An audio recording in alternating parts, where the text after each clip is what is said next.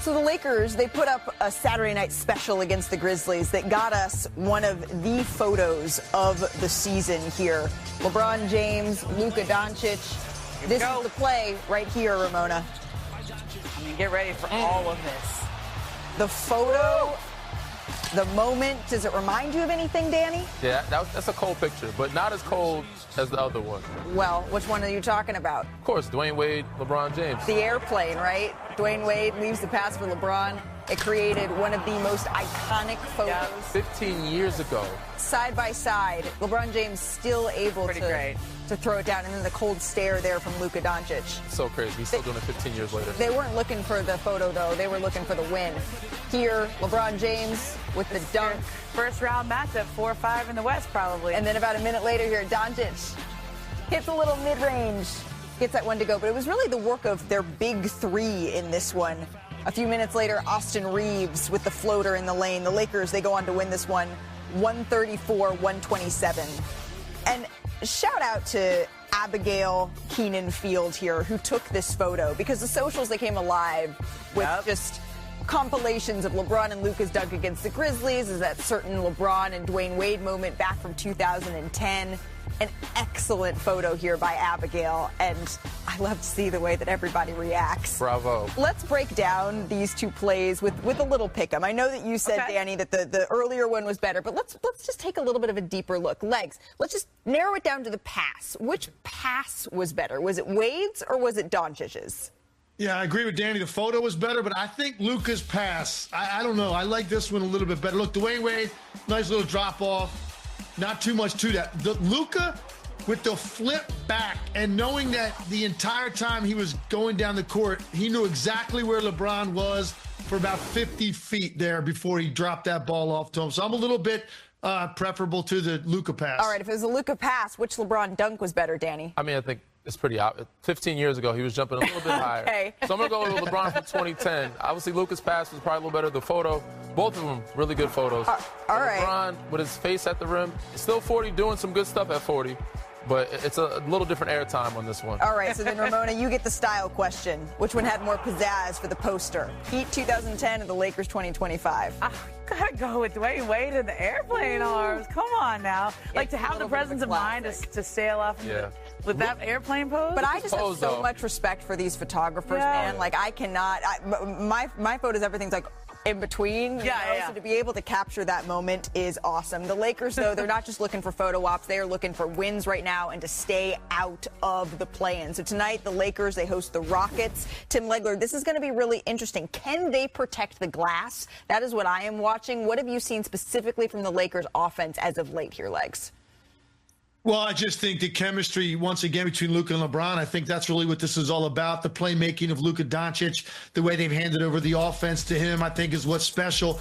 We talk about that pass, but look, you know, what goes into that. Luka Doncic, from the time he gets the outlet pass right here, he knows exactly where LeBron is. So now, get into the lane, take those two guys with him, clear out the path. LeBron trailing the entire way. I think LeBron taking advantage of open court opportunities with Luka. I love this one because he freezes Zach Edey, because if Edey steps up, there's a lob to Jackson Hayes.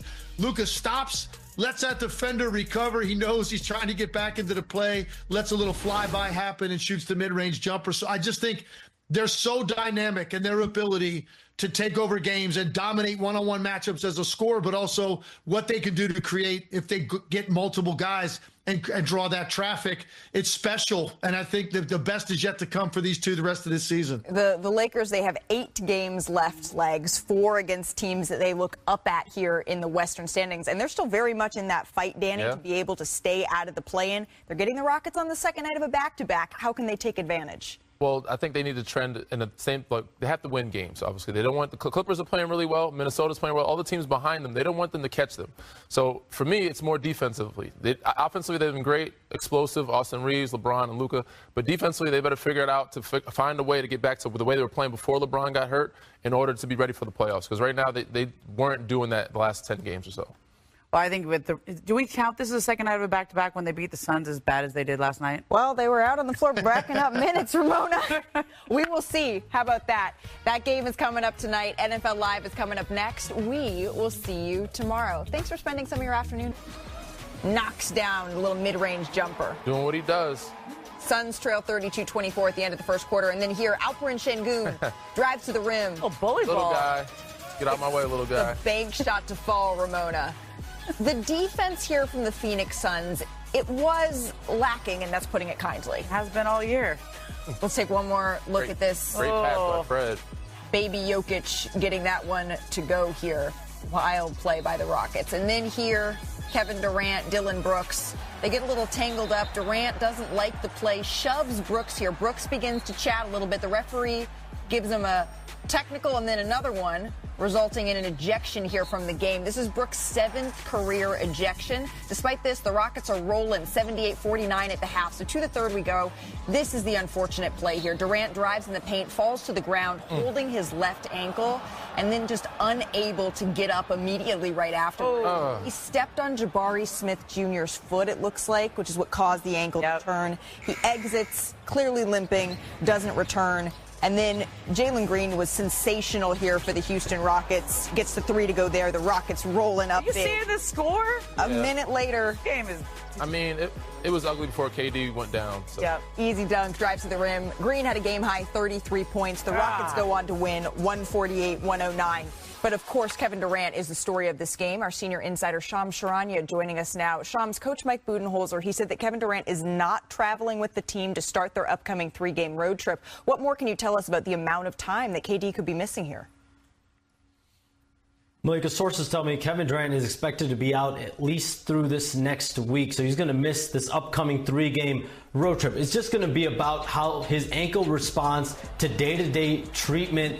He's going to stay back in Phoenix. This is the 3rd time, though, Malika, that Kevin Durant has injured that left ankle over 2 years as a Phoenix Sun, and the Suns are now 1.5 games out of the play-in tournament slot. They have the hardest remaining schedule over the next 7 games in the NBA. They're in a world of trouble when it comes to the play-in tournament and their chances here to really compete.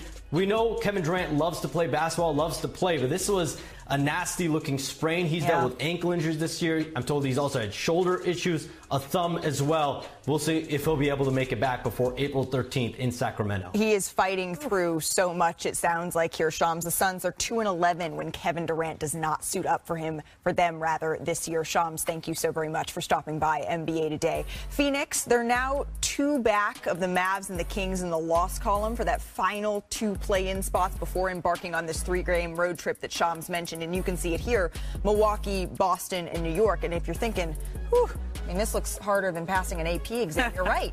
Phoenix does close out the league's toughest remaining schedule, and all of that means the Suns have just a 22% chance to reach the play-in tournament. That's according to ESPN analytics. So back here with Ramona Shelburne, Danny Green, and joining us is Tim Legler as well. Right now, this is part of what makes this such a bummer, Tim. KD is short of that 65-game minimum to qualify for All-NBA honors. He's actually even short of needing at least 3 more games to be considered. Despite the Suns' struggles, he's been a bright spot. Legs, can you just contextualize his season for us here?